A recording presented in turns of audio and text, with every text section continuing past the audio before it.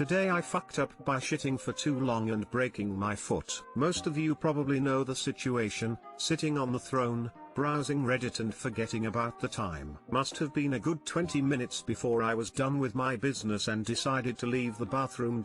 Well, I was not aware of just how numb your legs can become doing this. Stood up, put my completely numb right foot on the ground and just heard a really loud snapping noise while my foot rolled over and I yeeted myself towards the wall in front of me. 2 hours, and a trip to the ER. Later I have my broken foot in a vacuum shoe for about 6 weeks and had a family, the girlfriend, the doctor and everyone else involved laughing their asses off. Decided to share this, so you can have a laugh as well during these difficult times. Too long didn't read. I shit for too long and broke my foot because my leg got really numb on the throne.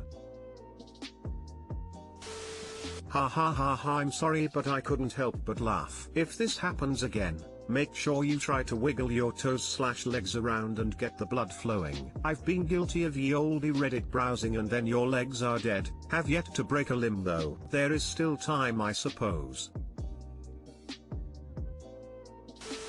Damn, I'm setting a timer now. Lol, get better! Exclamation mark.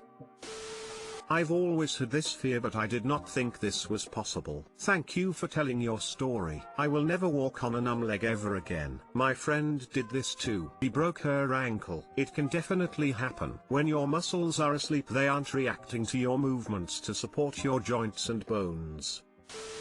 You should try suing Reddit. It's the American way. No chance in Germany, Dude, it happens to me almost every day. Just like to shit while smoking a J and playing Sudoku. Just lose track of time, and my legs. In the end I just sit there with my legs up in the air as if I'm in an upside down invisible bicycle trying to make the blood flow again. Rove. TIFU laughs and good healing. That sounds like a good way to get hemorrhoids. Today I fucked up by sending a topless pic to my coworkers. Today I fucked up big time. So a bit of backstory. My husband of 14 years left me in August. I have 2 kids, work full-time and go to nursing school full-time. I had a serious bout of depression after he left. Honestly, I finally started to feel like myself about a month ago. Around a week ago I downloaded a couple of dating apps just to see what's out there. The ex moved on long ago with someone half his age, and so I was just, okay, why don't I try? I love my kids, but I miss adult companionship. I found this so far awesome guy, and we've been chatting a lot and you know the whole responsible social distance dating. Well, this morning I figure, hey, why not take it to the next level? Send him some boobs. At my friend's is where the fuck up happened. I get a text from my work group about hospital policies changing, blah blah. We are part of the COVID response team, so I have to stay up to date. Well, we are not issued phones, we use our personal phones for this. And I thought I had gone back to Guy after responding to the urgent updates. I did not. Sent the pic of my tits to my 5 co-workers and boss. I tried to airplane mode it and did not succeed. Legit had a panic attack. Had to calm down enough to try and explain to my boss. And by that time she had already reported me to HR and said she is waiting for direction on what to do with me. So now, I'm looking at getting fired from the best job I've ever had, a few weeks before Christmas. I am cursing myself for ever thinking to send someone nudes. I know it's my dumb broken brain, but I can't help but think this is what you get for trying to move on. Should have just embraced being alone. Woman face palming, woman face palming, woman face palming, TL, doctor. Accidentally send a topless pic to coworkers. Am now just waiting to find out if I've been fired. Update, am not fired. Just got chewed out by compliance and my boss a bit. No official on the record reprimand, just a very stern warning to be careful. I'm honestly shocked they would have that kind of reaction. It sucks when instead of being human and laughing about it, people turn into robots and report you to HR. Such a bummer. I hope everything works out for you. Problem is that it went to the group. Boss did cover for her, hence verbal with no formal letter in her file. Game it out. If boss didn't report, and another co-worker did, boss gets in shit for not following whatever policy is in place for dealing with problems, may lose control of the process. FOP sent to boss plus 5 co-workers, odds are good at least one of those co-workers is a shit stirrer. by handling it appropriately, boss, who presumably knows or can guide the process. It sucks, but it's how the beast of bureaucracy works. Don't turn a misdemeanor into a felony trying to cover it up. I've known a lot of nurses and I gotta say y'all send nudes more than most lol. Smiley face, not a nurse yet, and I had just started dipping my toe in the nude pics pile. I have regrets.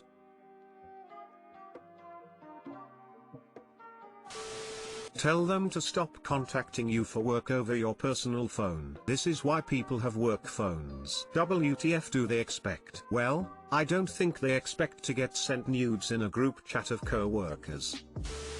Luckily boobs aren't counted as nudity by all states. That is a lucky perk you get. Now if you were a dude sending nudes, you wouldn't have gotten away with it lol. Don't worry, you're only human and we all make mistakes sometimes.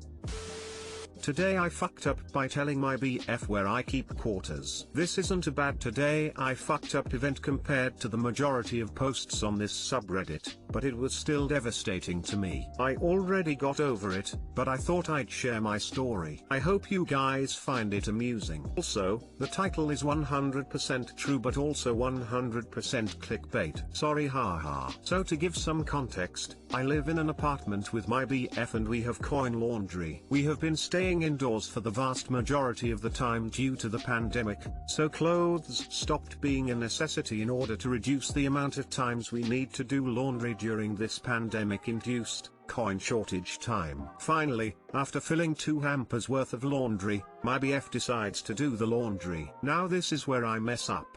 He asks me where I keep my quarters and I tell him that it's in a box where I keep miscellaneous things. He goes and does laundry and when he finally comes back, he says that one of the laundry machine ate our quarters and he had to transfer our clothes into a different machine. I thought, that really sucks, but whatever. We can probably just email the landlord and get our money back. So fast forward a week, I was cleaning our apartment when I noticed a bag of quarters sitting on the box of miscellaneous things. I was about to put it away when my stomach dropped. I realized that instead of grabbing the quarters inside the piggy bank in the box, my BF grabbed my quarter collection. Because of all the loads of laundry we needed to do and the broken washing machine, half of my quarter collection that I had been collecting since elementary school, around 2005, had been wiped out. For those of you non-US Redditors or editors who don't pay too much attention to quarters, US quarters since 1999 have a design of either a US state, US territory, or a US national park on the back and I've been collecting one of each. Obviously, it's not the worst thing that has ever happened, especially in the year of 2020. Quarters are also not the hardest things to collect, but it still made me a little sad ha ha ha. In hindsight, I probably shouldn't have put my precious collection in the same box as the other quarters. It's also unfortunate that my collection happens to currently be valid US currency. Too long didn't read, BF accidentally spent my quarter collection that I had been collecting for 15 years or so on our apartment coin laundry. Coin collector here. The state quarters are incredibly easy to find, you shouldn't have much trouble getting those back. The national park quarters will probably be harder but shouldn't be too difficult. If you have the patience for it you can go to your bank and ask for $100 in quarters to look through and replace the missing ones. You might even get lucky and find an old silver quarter. I do beg to differ on one point. Quality. I can get excellent quality rolls straight from the mint. I'm in PA, at work, so I get quality quarters for my collection. Circulated quarters deteriorate in as little as a week, depending on who carries them. A collector will typically prefer the nicest coins they can get. Refinding coins is a pain in itself, let alone finding quality ones from circulated rolls. It's not completely lost to get circulated rolls. Pretty things do show up, but best to not have to collect again, especially for older ones that are decades out of striking. I also recommend dime rolls to look for silver. I have found many more silver dimes than quarters from rolls and just change people give me. I came expecting to see that you had a bunch of pre-1964 quarters, 1/4 of an ounce, silver each, and was actually somewhat relieved they were state quarters. Still sucks, though.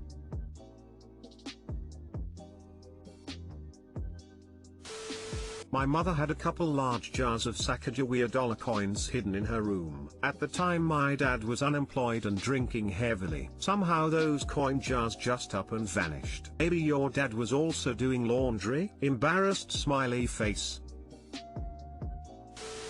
I've got a half-filled out book of those somewhere at my parents' house. Go to the bank and see if they'll let you swap quarters for other quarters. Good idea. I might wait until the pandemic is over though.